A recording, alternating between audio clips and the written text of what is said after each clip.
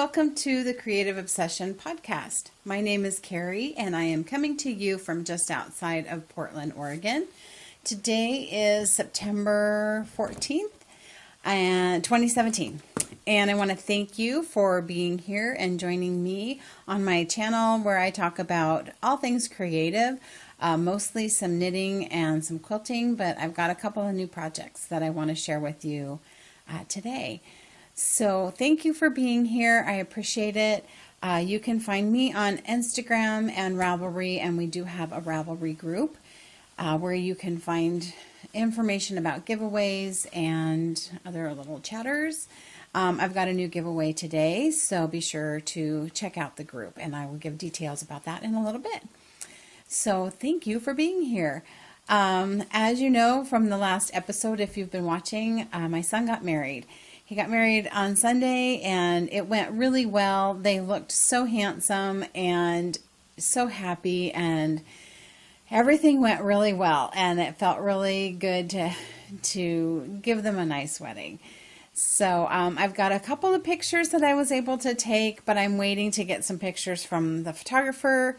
My sister is a professional photographer, so she was the photographer for the wedding, and so I'm waiting for her to she's got to edit them and do all that stuff, so I'll have more photos at that time. But I have a couple I can share with you.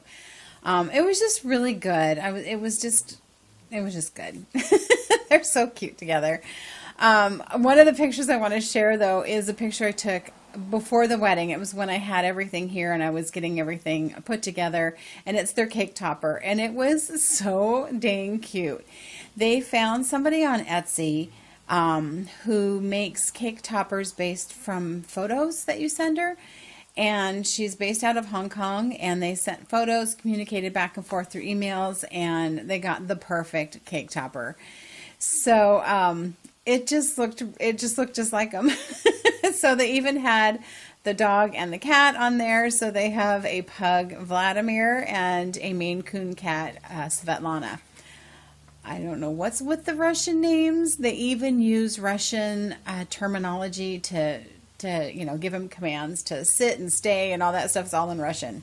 So he's bilingual because I don't know Russian, and they don't either. They've had to Google it and figure it out. It's just because they like to do things a little differently. So I am babysitting him. I go pick them up this afternoon, and he will go home. So he's over here next to me snoring away. Hopefully you don't hear that because he's a snorer.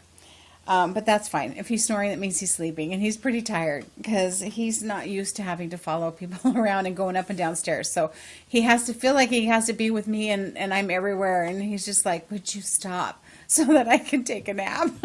So he's been a good boy. So anyway, yeah, that's it. So I don't have a quilt for you today, but I do want to talk about an upcoming quilt that I'm going to make, and I want to share that with you. I do want to clarify something that I mentioned a couple of podcasts ago.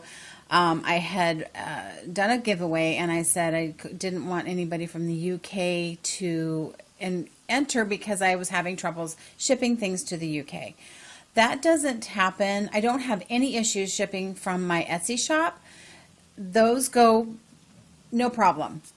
Somebody orders something from Etsy, I've shipped it all over the place, and it gets there no problem. What I'm having a problem with is when I make up my own shipping label, fill out my own customs form, go to the post office, and do it that way. When you purchase something on Etsy, a mailing label gets issued from that.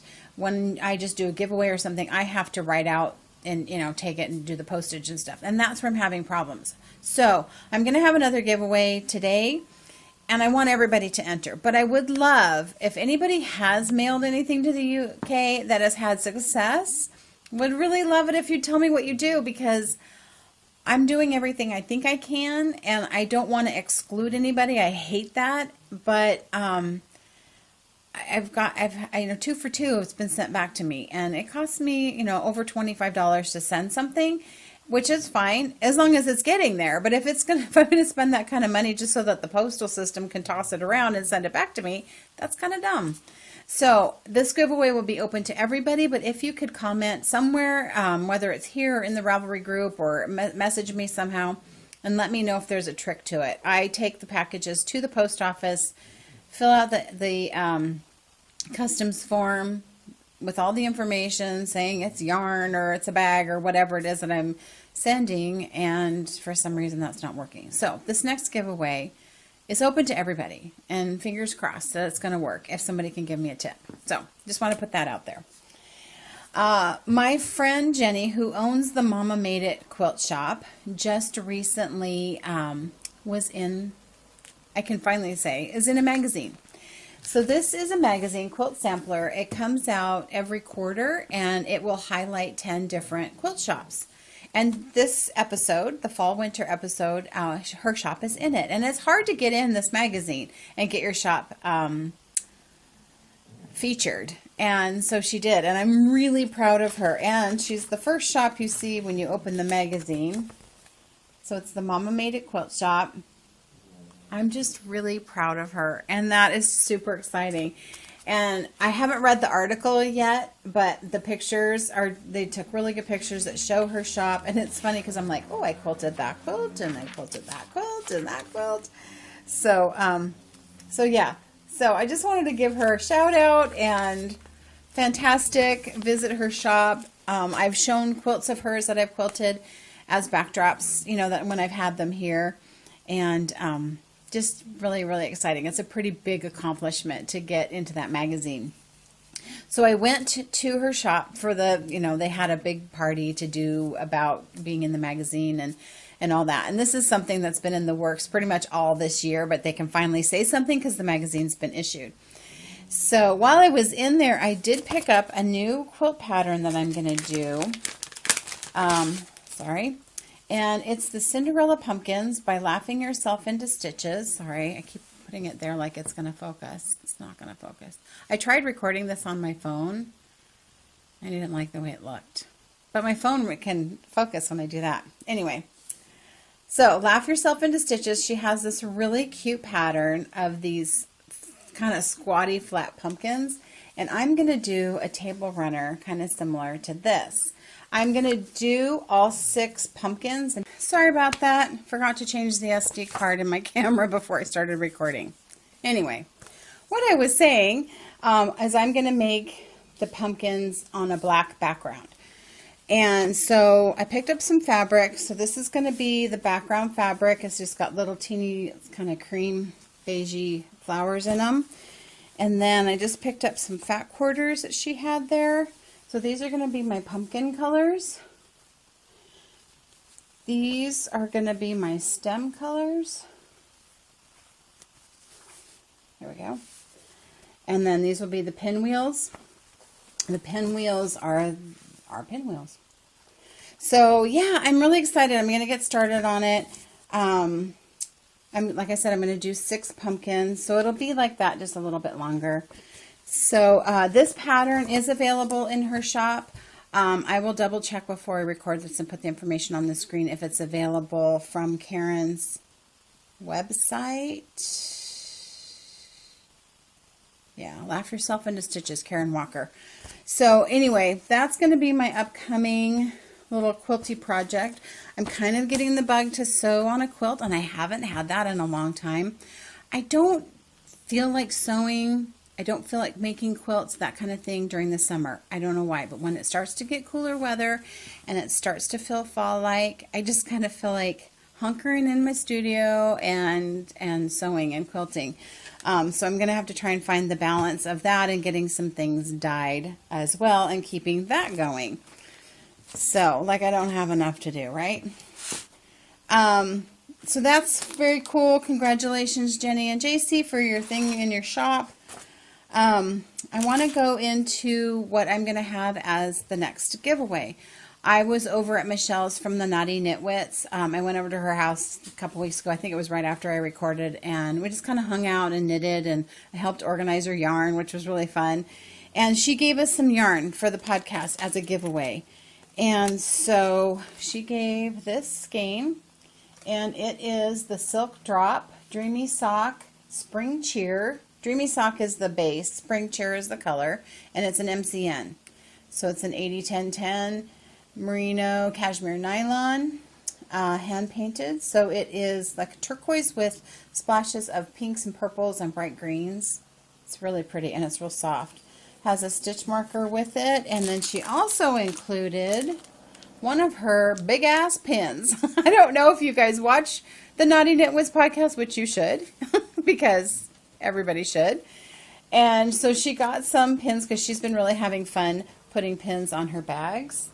And so she ordered some, and they kind of came out big, but they're really cool. So she included one of these. If you do want to buy a pin, you can get in touch with her through her Ravelry group. There's a page to buy the big ass pin, the BAP, and information is there. I don't know if she's sold out of them or what, but so anyway, you get the pin and the skein of yarn, and the prompt is going to be, okay, it's kind of a different one. I saw this quote online, and so I kept it because I thought it would make a good prompt. So here it is. What meal or food did your family serve when you were a kid that you absolutely hated, that you still will not eat to this day as a grown-up? Mine is beef stew. I don't like beef stew because back when I was a kid, and you know, my parents are raising 4 children, and so you buy the cheaper cuts of meat and you try and make things stretch as much as you can.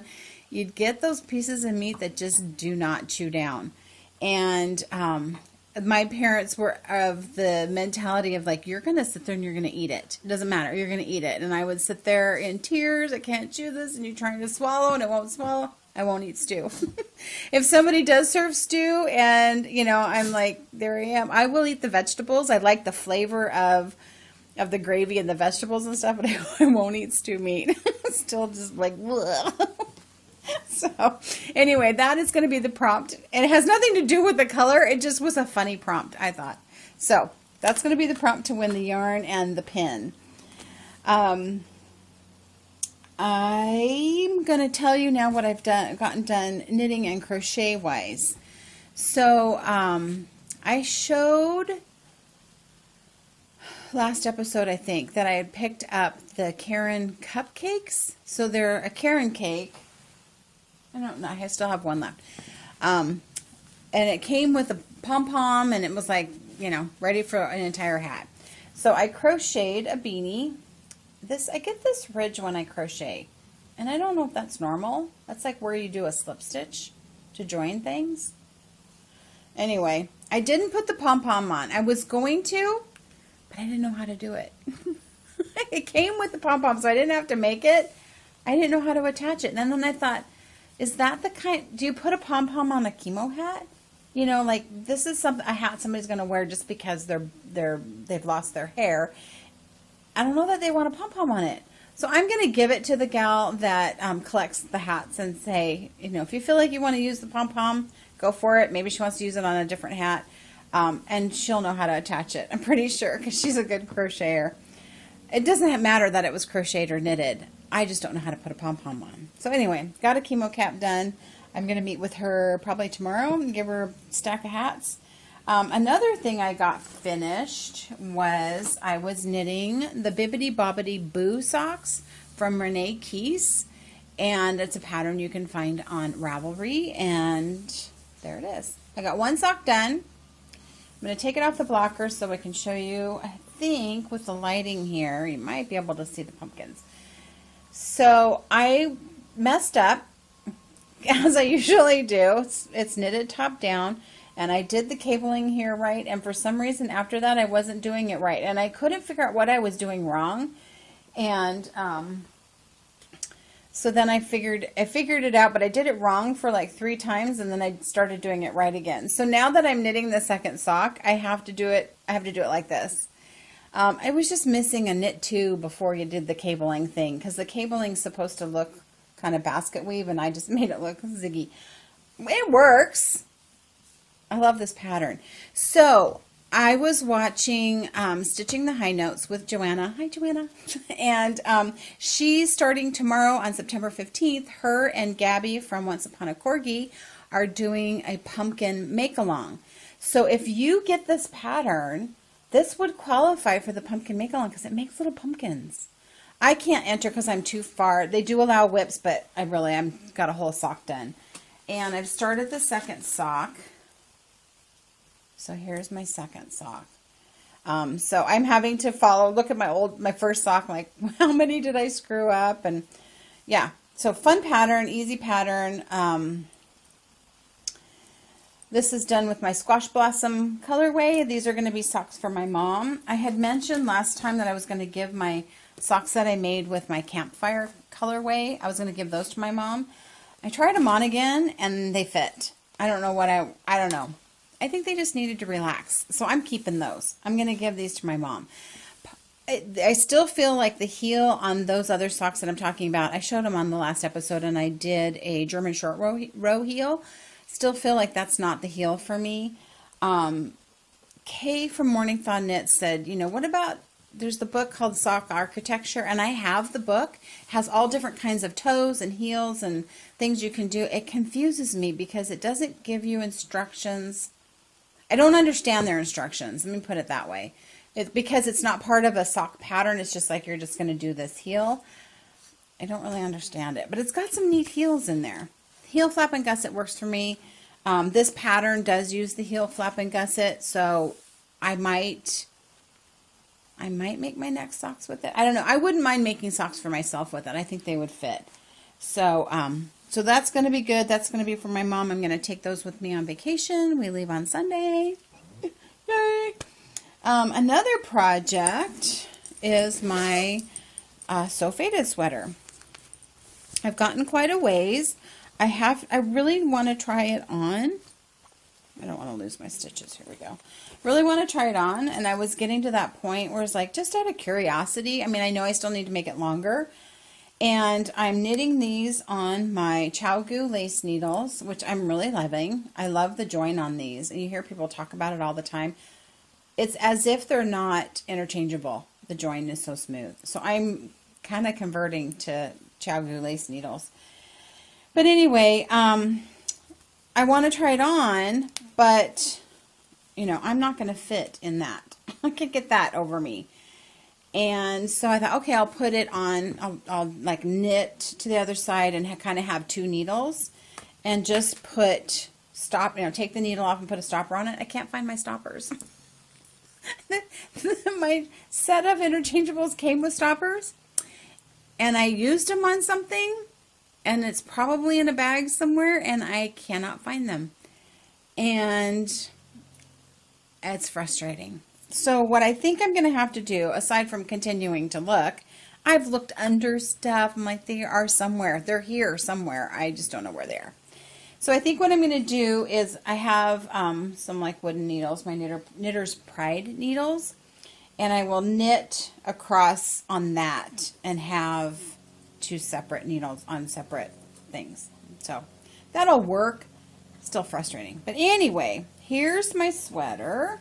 The marker, the little, can you see the marker? There we go. That's where I left off. So I'm into the third color. I had asked, I really think it's going to fit because I want it to fit loosely, which I think it's going to. Hang on a second. I got to take care of Vladimir. Sorry about that.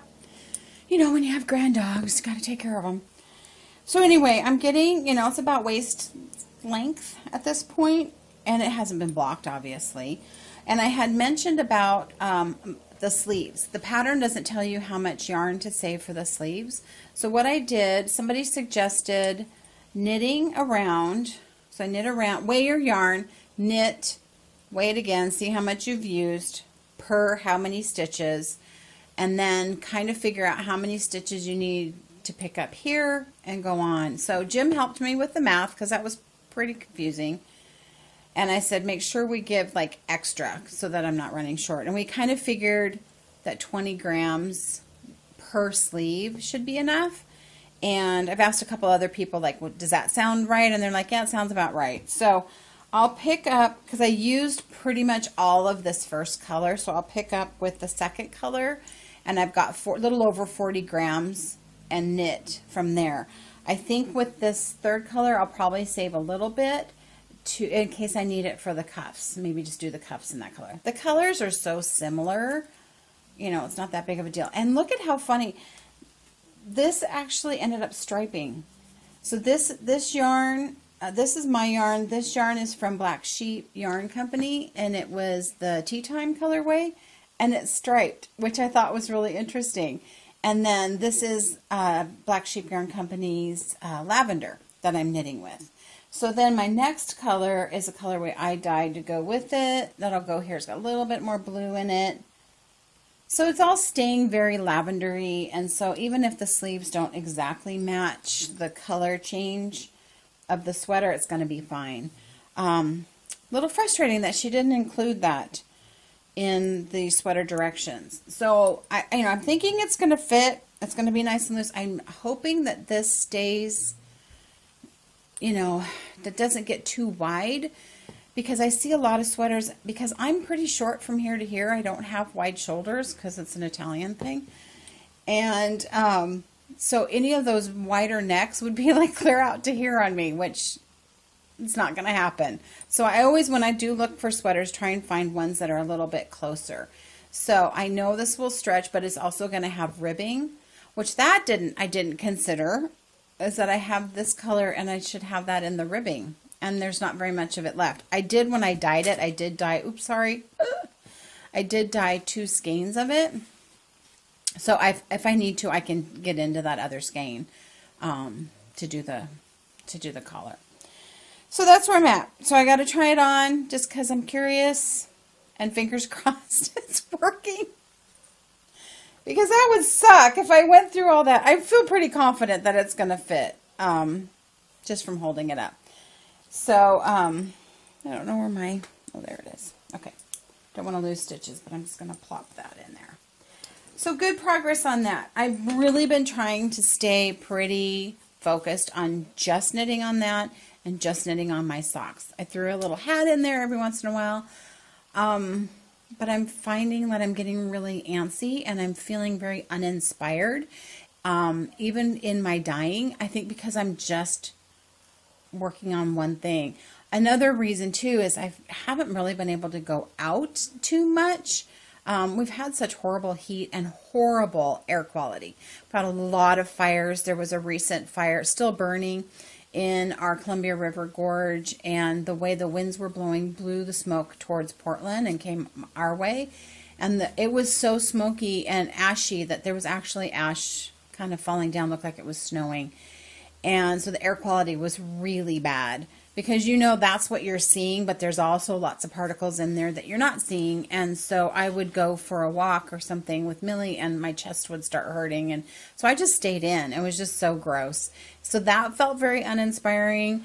And so I'm like, I need something. I get inspired by things I see, whether it's photos or being out or working with fabric or something. So I'm anxious to start kind of getting out and doing that kind of thing. I think going on vacation is going to really help. It's really been a rough summer.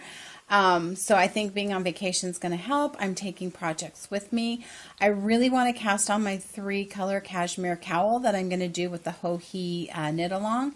And I've got it caked up. I've got my needles ready, my pattern ready, and I won't let myself start it because I'm like, no, but you got to get your sweater done. And I think I need to do it just to even work with a different color or something. I don't know. It's just really been like struggling with that.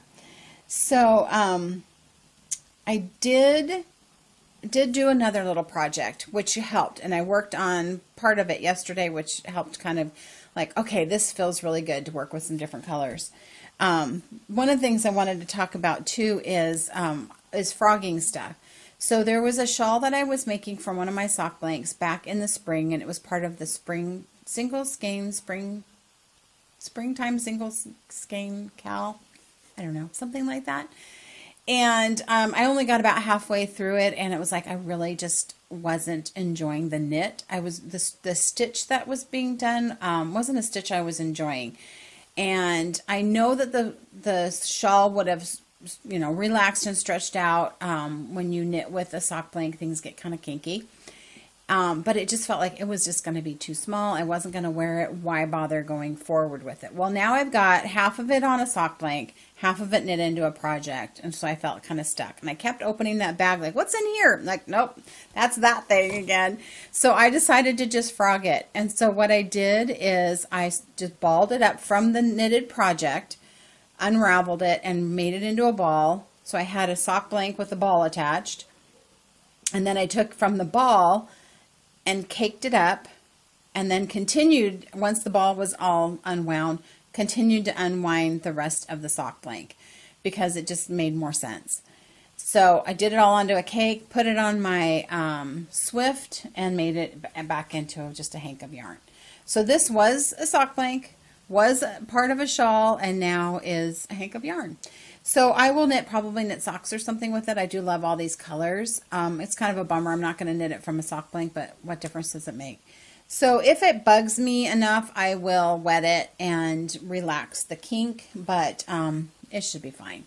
So don't be afraid to frog things. I've seen some people frogging things. Oh gosh, Candy was from Pause for Stitches. She's making this gorgeous cabled sweater, and she got pretty far in it. She was unraveling it. Oh my gosh, that would be tough. You're doing cables. That'd be tough. But if it doesn't work, you gotta start over. Another project that I started, remember I've talked about doing the pour painting, and I've referred to it last couple of episodes. My niece Ella and I have been making these canvases, and so the last time we got together, I had tried a technique, didn't really like the way it looked, poured other paint over the top of it, which helped, and it was cool, but I'm like, what am I going to do with this? Just so happened that YouTube recommended a video, and it was what you can do with your pour painting canvas or something like that. And what she did is she cut it and she made a book. So I did the same thing. She cut the canvas, and I'll tell you kind of how I did it, and attached it to like a cardboard. Then she referred to another YouTube channel that shows you how to do the binding. And so this is the Coptic stitch for the binding. And so I made a book out of it. And I'm like, this is perfect, because this was not going to hang anywhere in my house. I didn't know what to do with it. Didn't want to throw it away. I made a book. So what I did is I took a piece of stiff cardboard, and they recommended anyway, that if you take like a drawing pad, the cardboard that's at the back of the pad, it's like that thickness. And so they'll take that, use the paper from the pad, and make a book. Well, I didn't want to make it that big, so I have some of that kind of cardboard, just sheets of it, because I'm a crafter and you just have crap like that. Doesn't everybody? So I cut it 5 by 7.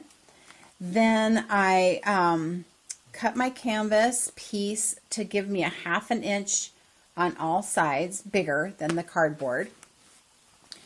And so that would have been 8 by 6. I have, again, I'm a crafter. I have carpet tape. Don't know why I have carpet tape, but we just have it, and it's handy. But carpet tape is a really, really strong double-sided tape. So yeah, you got the sticky side, super, super sticky.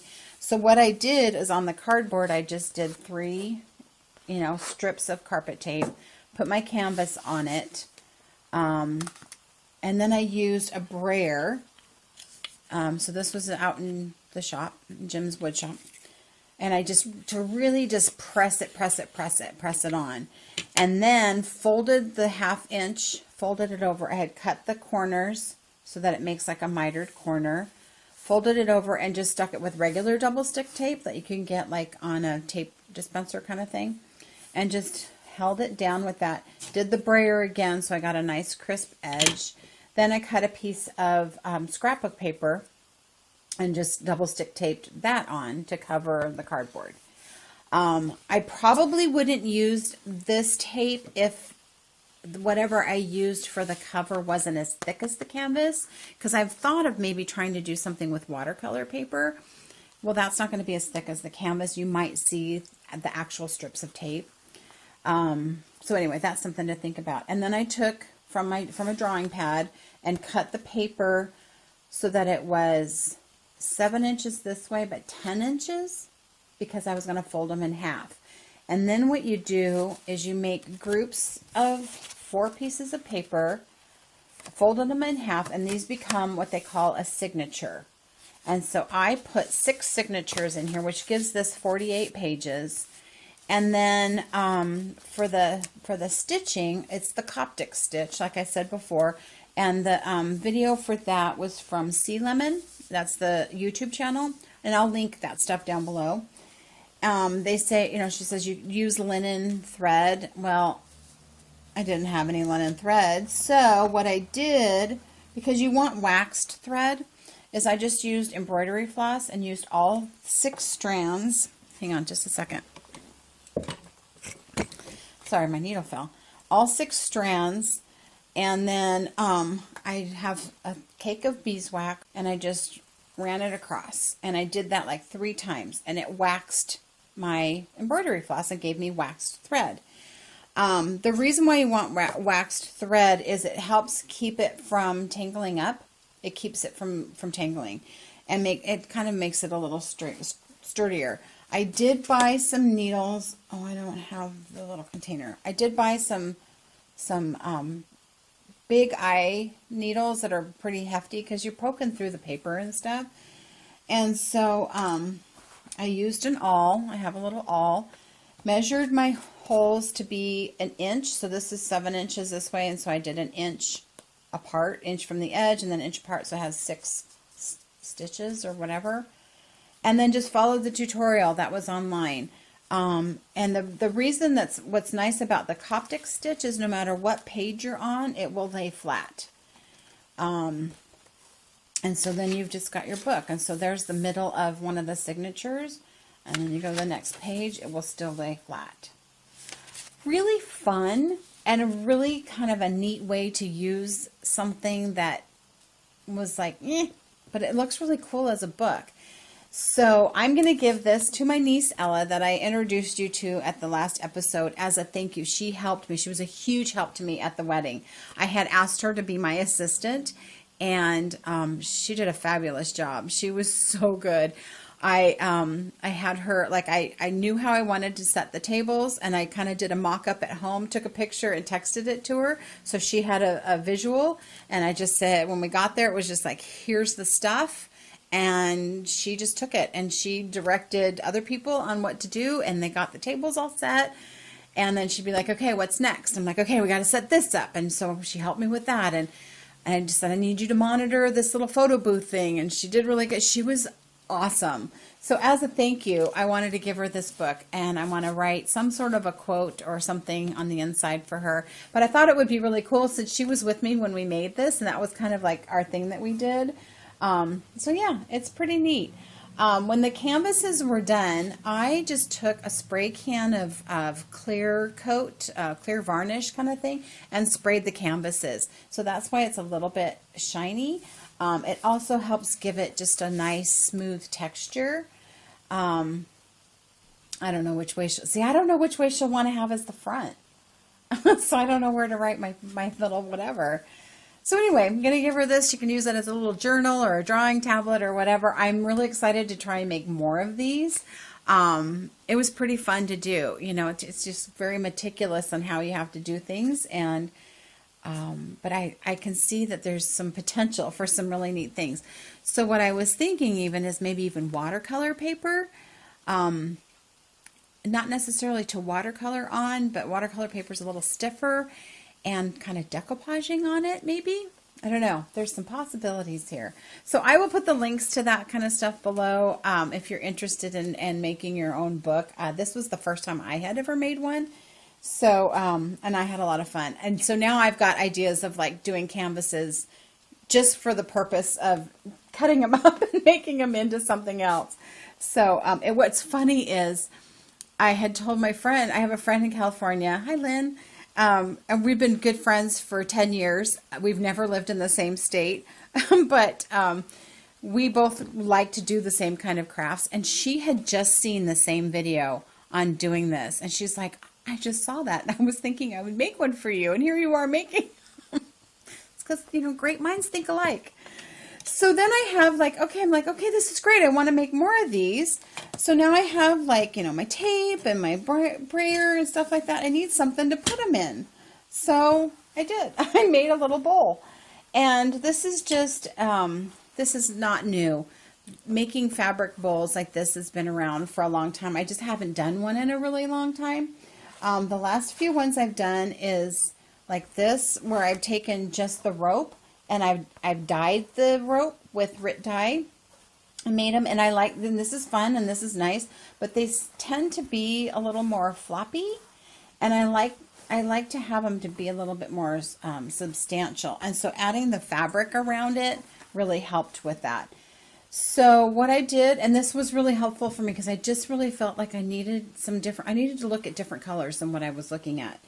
And so I had a bunch of 2.5-inch strips of batik and left over from a project of something. I was going to make, hang on, I don't know where Vladimir went. You know how it is when you have grandchildren. Okay, don't be under there. Oh, geez, Louise. No, go on. Go on, buddy. Okay, so anyway, I had these 2.5-inch strips of batik, and all the colors really went well together. They were very jewel toned and kind of maybe fall-like. And I cut them into about a 3/4-inch strip. You don't have to be super perfect with them because you're just wrapping the rope. The rope I use is a cotton clothesline.